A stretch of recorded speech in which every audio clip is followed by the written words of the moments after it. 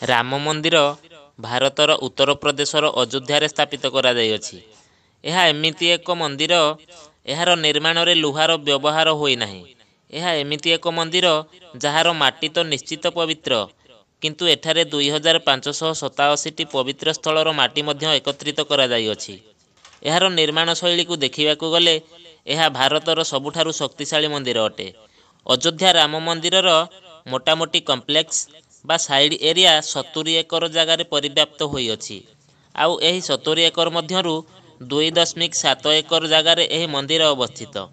ଏହି ମନ୍ଦିରର ଲମ୍ବ 380 ଫୁଟ, ଚଉଡ଼ା 250 ଫୁଟ ଏବଂ ଉଚ୍ଚତା 261 ଫୁଟ।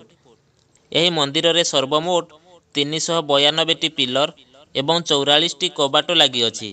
ଏହା କେବଳ ଗୋଟିଏ ମନ୍ଦିର ନୁହେଁ, କୋଟି କୋଟି ଲୋକଙ୍କ ହୃଦୟରେ ବସିଥିବା ହଜାର ହଜାର ବର୍ଷର ଆସ୍ଥା କହିଲେ ମଧ୍ୟ ଅତ୍ୟୁକ୍ତି ହେବ ନାହିଁ, ଯାହା ଏକ ମନ୍ଦିର ରୂପରେ ଆଜି ଅଯୋଧ୍ୟାରେ ବିରାଜମାନ ହୋଇଅଛି।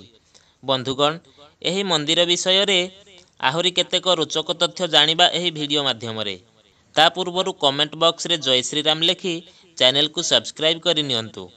କୁହାଯାଏ ମର୍ଯ୍ୟାଦା ପୁରୁଷ ଭଗବାନ ଶ୍ରୀ ରାମଚନ୍ଦ୍ର ସୀତାଙ୍କ ଉଦ୍ଧାର ନିମିତ୍ତ ବାନର ସେନା ସହିତ ସମୁଦ୍ର ପାର ହେବା ପାଇଁ ଯେଉଁ ସେତୁ ଉପରେ ଯାଇଥିଲେ, ସେହି ସେତୁରେ ବ୍ୟବହୃତ ସମସ୍ତ ପଥର ଦେହରେ ଶ୍ରୀରାମ ଲେଖି ସେତୁ ନିର୍ମାଣ କରାଯାଇଥିଲା।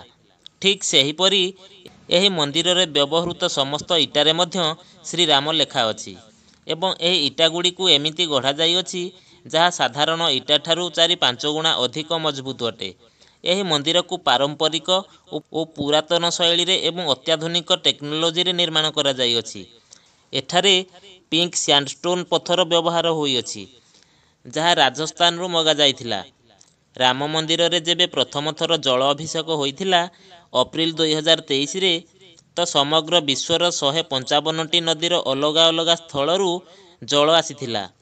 America, France, Germany, Britain, Nepal, Bhutan, Bangladesh, Ukraine, Russia, Canada, China ଏମିତି ଅନେକ ଦେଶର ନଦୀରୁ ଜଳ ଆସିଥିଲା। ଏହା ସହିତ ଆଣ୍ଟାର୍କଟିକା ବରଫର ପାଣି ମଧ୍ୟ ଅଣାଯାଇଥିଲା। ଗୋଟିଏ ଥରକେ ଏତେ ସବୁ ନଦୀର ପାଣି କୌଣସି ବି ମନ୍ଦିରର ଜଳ ଅଭିଷେକରେ ଆଜି ପର୍ଯ୍ୟନ୍ତ ଇତିହାସରେ କେବେ ବି ବ୍ୟବହାର ହୋଇନାହିଁ। ରାମ ମନ୍ଦିରରେ ବ୍ୟବହୃତ କୌଣସି ବି ଜିନିଷ ବାହାର ଦେଶରୁ ଆସିନାହିଁ। ରାମ ମନ୍ଦିରରେ 2587ଟି ପବିତ୍ର ସ୍ଥଳର ମାଟି ବ୍ୟବହାର କରାଯାଇଅଛି। ଏ ସମସ୍ତ ପବିତ୍ର ସ୍ଥଳର ମାଟି ଆଣି ରାମ ମନ୍ଦିରରେ ଏକତ୍ରିତ କରିବାର ଉଦ୍ଦେଶ୍ୟ ଏହା ଯେ ଏ ସମସ୍ତ ଧାର୍ମିକ ସ୍ଥଳର ଦିବ୍ୟତା ଲୋକଙ୍କୁ ଗୋଟିଏ ସ୍ଥାନରେ ମିଳୁ। ବନ୍ଧୁଗଣ, ଯାହା ବି ହେଉନା କାହିଁକି, ଜୀବନରେ ଗୋଟିଏ ଥର ଭଗବାନ ପ୍ରଭୁ ଶ୍ରୀରାମଙ୍କ ଜନ୍ମସ୍ଥାନକୁ ଯାଇ ଭଗବାନଙ୍କର ଦର୍ଶନ ସହିତ ସେହି ଦିବ୍ୟ ଓ ଭବ୍ୟ ମନ୍ଦିରର ଅଲୌକିକ ମହିମାକୁ ନିଶ୍ଚୟ ଦେଖିବେ ଏବଂ ଶେଷରେ ହୃଦୟରୁ ଜୟ ଶ୍ରୀରାମ ନିଶ୍ଚିନ୍ତ କହିବେ। ଧନ୍ୟବାଦ।